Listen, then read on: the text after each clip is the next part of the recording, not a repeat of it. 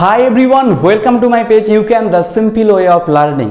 आज का जो वीडियो है बहुत ही खास होने वाला है और आज हम पहले जो वीडियो बनाए थे केमोथेरेप्यूटिक एजेंट के बारे में, उसी का ये सेकंड पार्ट है।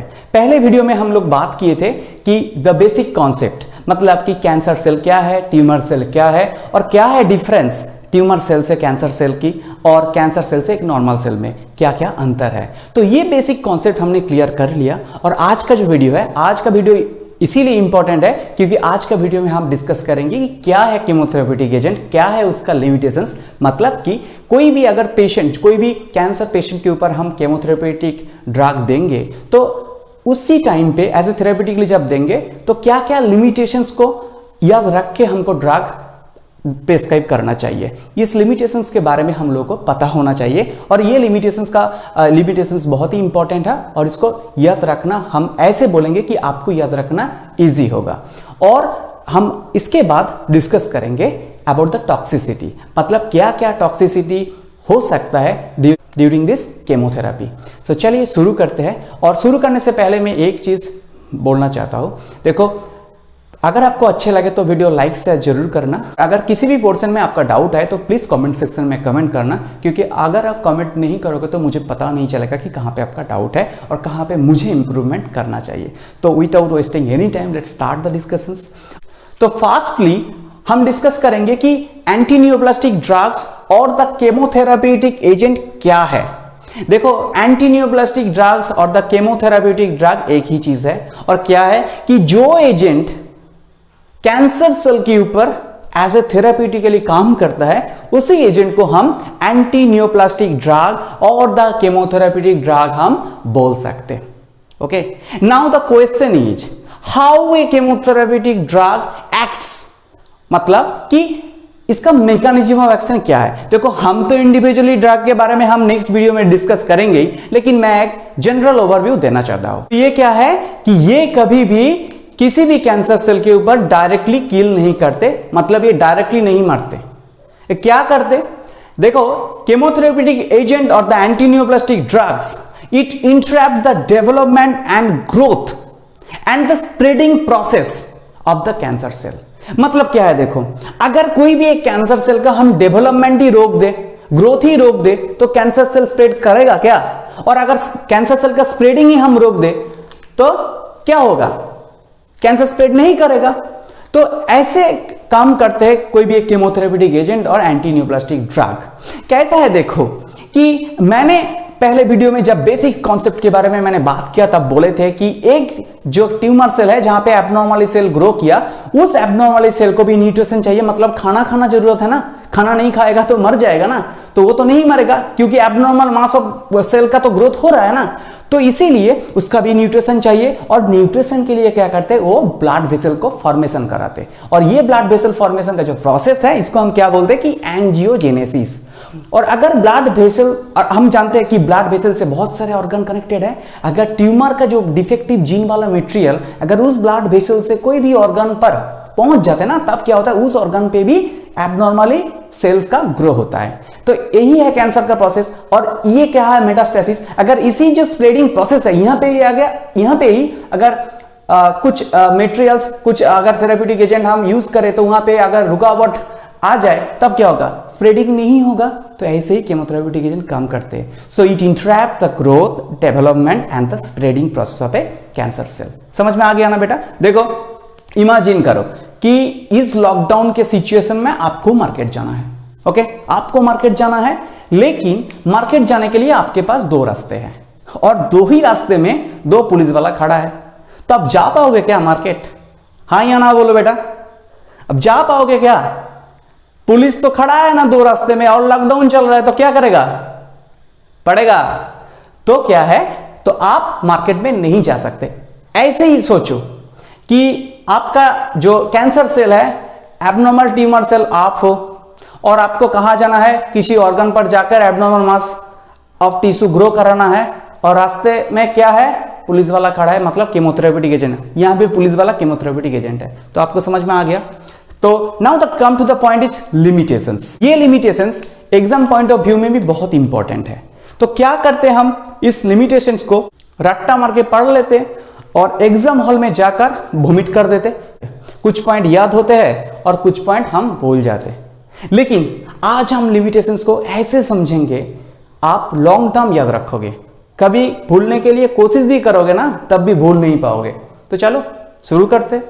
देखो यहां पे मैंने क्या लिखा, फर्स्ट जो पॉइंट है यहां पे मैंने लिखा कि biochemical and morphological differences between a normal cell and a cancer cell are very slight. मतलब क्या है, हमने बोला कि ट्यूमर सेल और द कैंसर सेल में जो एबनॉर्मली सेल का ग्रोथ हुआ है, क्या है कि नॉर्मली प्रोसेस है जो सेल साइकिल फॉलो करता है G1S G2M, बट यहां पे एबनॉर्मली ग्रो क्यों किया, क्योंकि डिफेक्टिव जीन प्रेजेंट है, जो न्यूक्लियस में क्रोमोसोम है उसमें जीन है, वहां पे डिफेक्टिव कुछ पीस आ गया, तो इसीलिए क्या है कि abnormally mass of tissue grow हो गया। और हमने क्या बोला कि biochemically and morphologically differences are very slight. Morphologically मतलब क्या है, बाहर से कैसे दिखता है, तो सेल अगर डिफेक्टिव जीन प्रेजेंट होगा तो बाहर से तो सेम ही दिखाएगा। अगर हम जेनोटिपिकली देखें तो अलग है, लेकिन मॉर्फोलॉजिकली तो सेम ही है ना, बहुत छोटा डिफरेंस होगा। और बायोकेमिकली मतलब जो फंक्शंस है वो भी सेम ही होगा, सेल का जो फंक्शंस है। तो biochemical and the morphological differences are very slight, so it's a one kind of a limitations during the chemotherapeutic agent drug therapy. Okay, now the second point is that is the some cancer cells are poorly irrigated by blood. हमने पहले ही बोला कि blood जो abnormally mass of cell जो grow हुआ as a tumour, उस cell को भी न्यूट्रिशन चाहिए, खाना खाना है, मैंने बोला ना खाना खाना है। देखो हमने पूरे पार्ट में एंजॉय करेंगे मजे के साथ, क्योंकि हमारा मोटिव क्या है। अच्छा एक बात बोलो तो, डाटी पिक्चर सभी लोग देखे ना, डाटी पिक्चर विद्या वाला ने क्या बोला था कि लाइफ में तीनों चीज जरूरत है, एंटरटेनमेंट एंटरटेनमेंट एंटरटेनमेंट।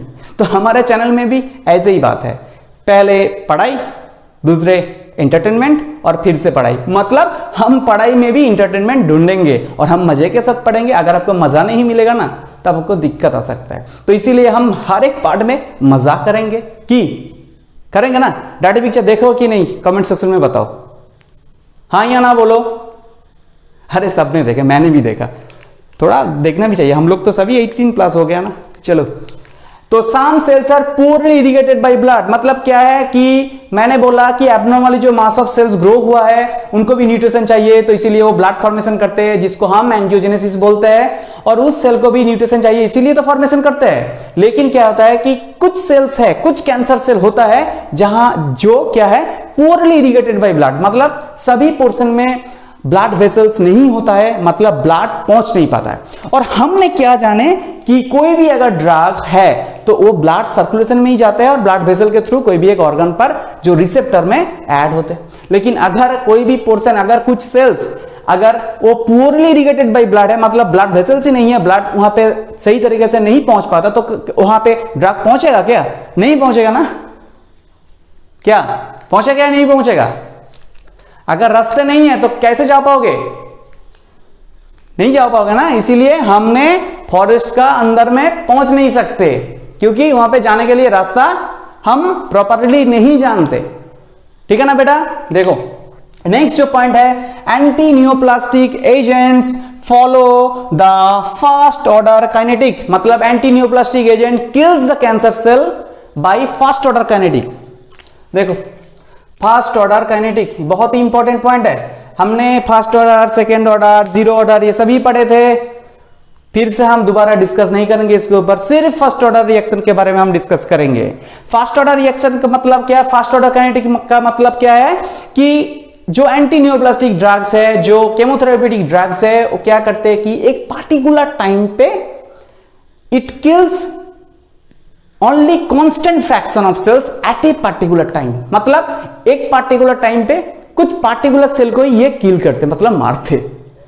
ओके, तो कुछ पोर्शन रह जाता है ना, कुछ पोर्शन, सभी पोर्शन किल नहीं हो पाते।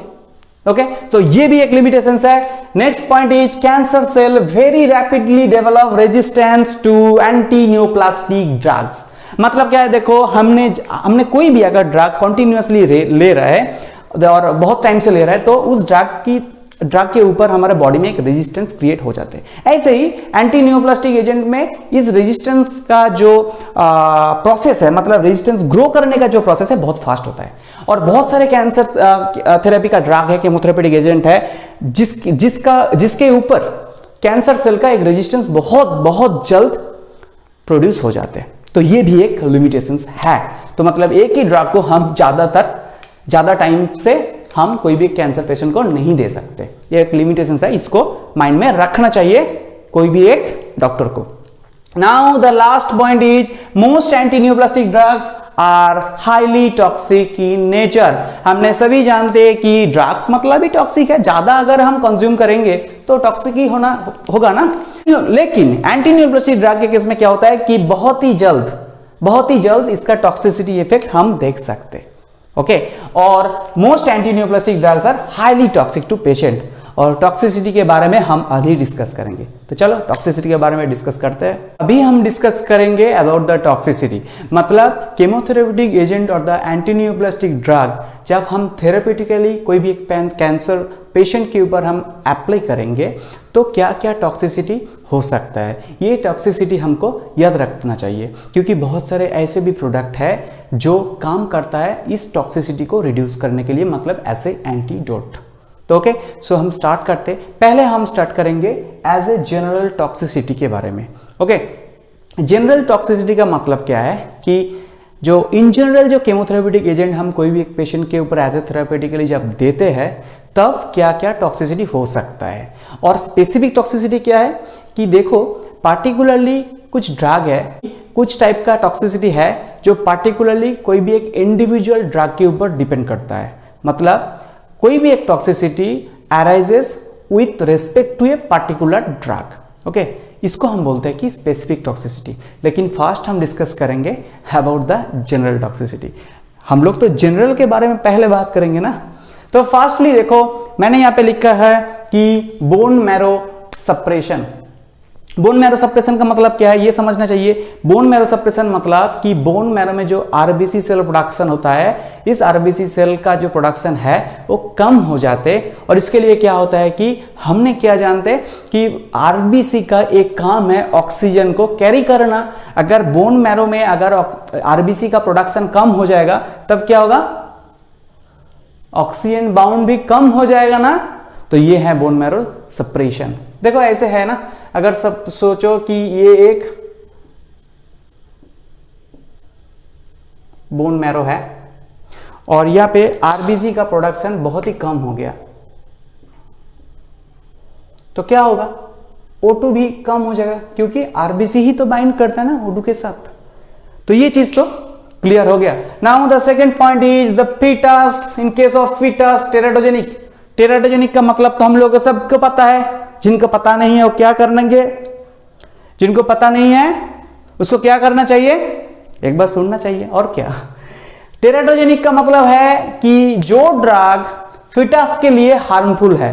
मतलब अगर कोई ड्रग ऐसे, जब कोई भी एक वुमेन प्रेग्नेंट है उसके ऊपर हम अगर देंगे तो वो फीटस के ऊपर हार्मफुल कुछ इफेक्ट देते हैं, तो इसीलिए उस ड्रग को हम टेराटोजेनिक इफेक्ट और टेराटोजेनिक ड्रग बोलते हैं। तो ये है फीटस के लिए harmful, so it's A teratogenic drug.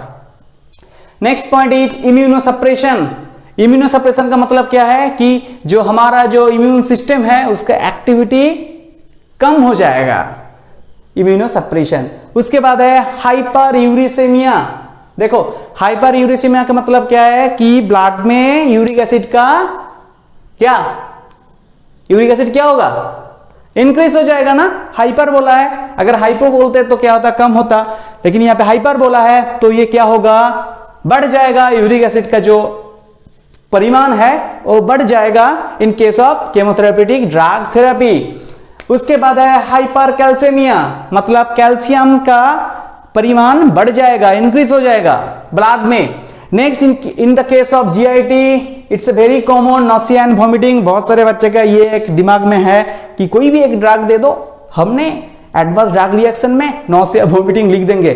कुछ देर पहले एक वीडियो वायरल हुआ है फेसबुक में, पूछा है कि एंटी वॉमिटिंग जो ड्रग है डम्पेरिडोन, उसका साइड इफेक्ट बताओ। तो बच्चे ने बोल दिया कि नौसिया वोमिटिंग। सोचो एक बार, सोचो भाई सोचो, क्यों इतना वायरल हुआ था। चलो नेक्स्ट का क्वेश्चन, नेक्स्ट जो है point, in case of skin and hair alopecia. आप कोई भी एक कैंसर पेशेंट को देखोगे कि उनका जो हेड में जो बाल है वो रिडक्शन हो गया, और बहुत सारे ऐसे पेशेंट है जिनका हेड में एक भी बाल नहीं है।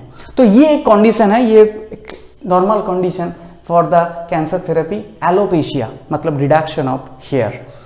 इन केस ऑफ गोनाड्स, बहुत बहुत इंपॉर्टेंट है। इन केस ऑफ गोनाड्स बहुत सारे कंडीशन हो सकता है, ओलिगोजूस्पर्मिया, इनफर्टिलिटी, एमेनोरिया। ये तो सबको पता है ओलिगोजूस्पर्मिया क्या है, बोलो बेटा ओलिगोजूस्पर्मिया क्या है, हमने सभी जानते हैं, लेकिन बोलेंगे नहीं। क्यों बोलेंगे? अगर बोल देंगे तो सीख जाओगे ना, ऐसे बात है क्या? नहीं, ऐसे मत सोचो।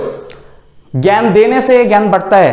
2 का 2 क्या होता है बेटा? 4। और नहीं बटोगे तो क्या होता है? 2 का 2 0। किसमें देखे थे? बहुत बहुत बहुत अच्छे एक मूवी आया था सुपर 30 ऋतिक रोशन का। वहां पे क्या बोले कि अगर ज्ञान बटोगे तो 2 का 2 4 हो जाएगा, अगर नहीं बटोगे 2 का 2 0। सुनना, तो ओलिगोजूस्पर्मिया का मतलब है कि अगर स्पर्म काउंट कम हो जाए। ओलिगोजूस्पर्मिया क्या है कि अगर स्पर्म काउंट डिक्रीज हो जाते हैं, 20 मिलियन से भी कम हो जाएगा, तब क्या होता है? ओलिगोजूस्पर्मिया। अगर 5 मिलियन से कम हो जाएगा तो सिवियर ओलिगोजूस्पर्मिया हम बोल सकते। Next infertility. इनफर्टिलिटी सिर्फ मेल के ही नहीं होता है, फीमेल के भी होता है। तो ये बहुत ही एक खतरनाक है साइड इफेक्ट में कि it causes infertility in male and female. Next amenorrhoea, बहुत ही इंपॉर्टेंट है। एमेनोरिया का मतलब क्या है? एमेनोरिया का मतलब है नो मेंस्ट्रुएशन। मेंस्ट्रुएशन का मतलब तो सबको पता है कि हर एक महीने में गर्ल्स का क्या होता है? पीरियड्स होता है। और उसी टाइम पे क्या होता है कि ब्लड का जो अमाउंट होता है, जो नॉर्मल अमाउंट है 10 ml से 80 ml, 10 ml से 80 ml, ये याद रखो, 10 ml से 80 ml ये नॉर्मल है। लेकिन इन case of adverse drug reaction or the toxicity of chemotherapeutic agent, amenorrheic conditions will appear। वो क्या है? amenorrheic condition का मतलब क्या है कि no menstruation, मतलब बहुत मंद हो जाएगा लेकिन menstruation नहीं होगा। नाउ हम डिस्कस करेंगे about the specific toxicity.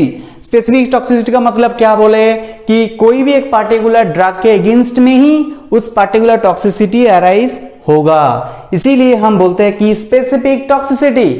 Okay, तो स्पेसिफिक का मतलब पता है ना? तो चलो स्पेसिफिक टॉक्सिसिटी देखते हैं कि कौन सा ड्रग कैसे जिम्मेदारी लेते हैं एक टॉक्सिसिटी अराइज करने के लिए। तो चलो फर्स्ट मैंने लिखा कि क्या लिखा? Megaloblastic anaemia with methotrexate.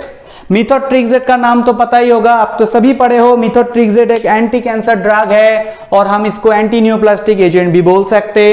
तो मिथोट्रिक्सेट के अगेंस्ट में पार्टिकुलरली मेगालोब्लास्टिक एनीमिया होता है। तो मेगालोब्लास्टिक एनीमिया क्या है आपको सबको पता, विटामिन B12 का डेफिशिएंसी में कभी कभी होते हैं। मेगालोब्लास्टिक एनीमिया में क्या होते हैं कि आरबीसी का जो साइज है वो बढ़ जाते हैं, लेकिन आरबीसी का जो काउंट है वो कम हो जाते हैं। इसी कंडीशन को हम जनरली मेगालोब्लास्टिक एनीमिया बोलते हैं। नेक्स्ट हीमोरेजिक सिस्टाइटिस विथ बहुत ही important drug cyclophosphamide. Haemorrhagic cystitic condition क्या है? हीमोरेजिक सिस्टाइटिक कंडीशन में जो यूरिनरी ब्लैडर है, देखो ये एक यूरिनरी ब्लैडर है, सपोज इस जो यूरिनरी ब्लैडर का जो मसल्स है, इस मसल में इन्फ्लामेशन कर देते, इन्फ्लामेशन हो जाते यूरिनरी ब्लैडर में। तो इन्फ्लामेशन हो जाएगा तो क्या क्या होगा? Painful urination. पेनफुल यूरिनेशन को क्या बोलते हैं? याद करो, बहुत छोटे हम जब थे, बड़े थे, जब जॉइंट का प्रिपरेशन लिया था तब पढ़े थे। पेनफुल यूरिनेशन को हम डायसूरिया कंडीशन बोलते हैं। तो क्या होता है कि पेनफुल यूरिनेशन होता है। और एक कंडीशन होता है ब्लड प्रेजेंट इन यूरिन। इस कंडीशन को क्या बोलते हैं? याद करो, एक बार याद करो, करो याद आया? नहीं आया? इसको बोलते हैं हीमाचूरिया। क्या बोलते हैं? हीमाचूरिया।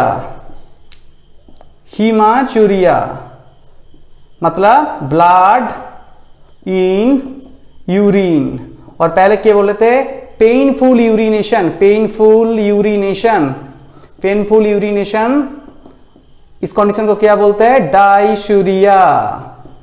क्लियर हो गया ना। Now the point is, next point, neuropathy with vincristine and paclitaxel, जो एक प्लांट प्रोडक्ट है, प्लांट केमोथेरेप्यूटिक प्रोडक्ट। और न्यूरोपैथी का मतलब है कि जो पेरिफेरल जो नर्वस सिस्टम है, इसका जो एक्टिविटी है ये रिड्यूस हो जाते हैं, मतलब डिक्रीज हो जाते हैं। नेक्स्ट जो पॉइंट है, नेफ्रोटॉक्सिसिटी विथ सिस्प्लैटिन। सिस्प्लैटिन एक प्लैटिनम कंटेनिंग कंपाउंड है, जिसके बारे में हम इंडिविजुअल एक एक करके बात करेंगे।